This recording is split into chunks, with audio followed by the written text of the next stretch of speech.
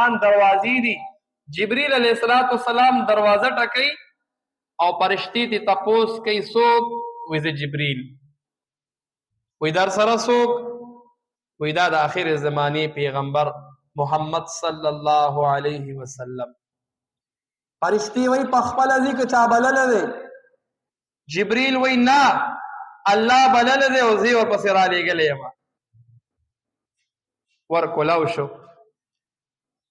په لومبني اسمان کې ملاقات د آدم علیه السلام سره وشو.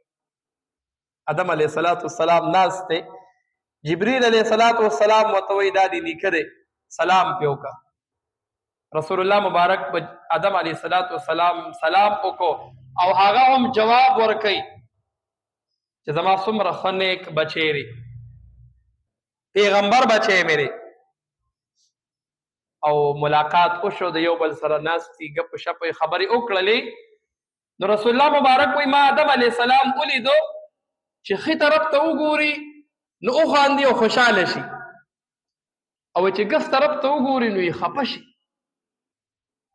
او خلک ورته ناست دی، الله تعالی روحونه را جمع کړي دي، دې طرف ته هم روحونه دي، دې طرف ته هم روحونه دي.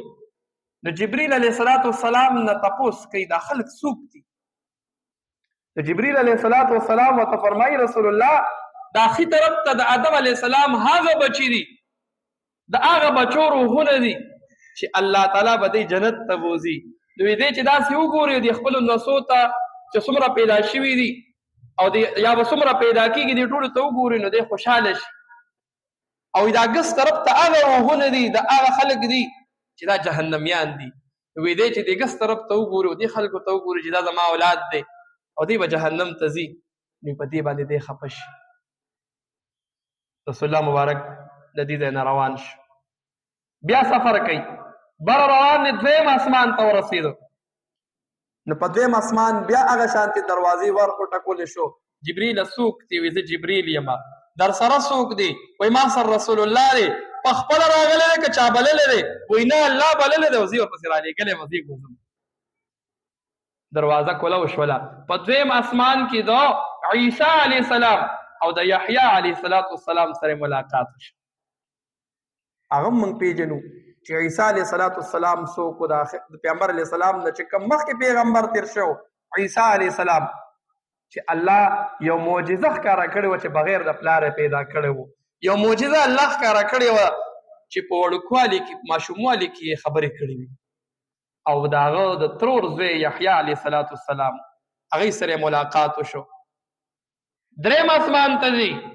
په دریم اسمان کې ملاقات کیږي د یوسف علیه السلام سره. هغه فرشتې هم تپوس کوي څوک دی؟ وایي پیغمبر دی. خپله راغلی دی که چا بللی دی؟ وایي نه الله بللی دی. ملاقات کیږي د یوسف علیه السلام سره او رسول الله فرمایي وایي یوسف علیه السلام چې مې ولیده الله تعالی د دنیا نیم حسن یوسف علیه السلام ته ورکړی. هغه سره کېناستېدم، خبرې ترې مې وکړلې. څلورم اسمان ته لاړو. څلورم اسمان کې ملاقات کېږي د ادریس علیه السلام سره. ادریس علیه السلام هم د الله پیغمبر و، الله یو مقام ورکړو. پنځم اسمان ته به لاړم. پنځم اسمان کې ملاقات کېږي د هارون علیه السلام سره. او د هغې نه وروستو شپږم اسمان ته ورسېدم. په دې منځ کې سفر هم کوي، بیا دروازې هم کولاویږي، فرشتې اجازت هم ورکوي، تپوس هم کوي، فرشتې هم خوشحالېږي چې موږ د آخر زمانې پیغمبر ولیدو. نو چې کله شپږم اسمان ته ورسېدو هلته کې ملاقات وشو د موسی علیه السلام سره. هلته کې ناست دواړو د یو بل سره خبرې هم وکړلې. او د دې نه وروستو اووم اسمان ته لاړو. د چې کله اووم اسمان ته ورسېدو هلته ملاقات وشو د ابراهیم علیه السلام سره چې ابراهیم خلیل الله دی. او فرمایي وایي ما ابراهیم علیه السلام ولیدو چې د بیت المعمور ته یې ډډه والې وه. بیت المعمور د خانه کعبې په سمت باندې بلکل بره په اسمانونو کې د فرشتو کور دی، د الله یو کور دی او فرشتې د هغې نه طواف کوي. او فرمایي په یو موقع باندې او یا زره فرشتې د بیت المعمور نه طواف کوي او یوې فرشتې چې یو فیره طواف وکړو بیا نمبر نه راځي.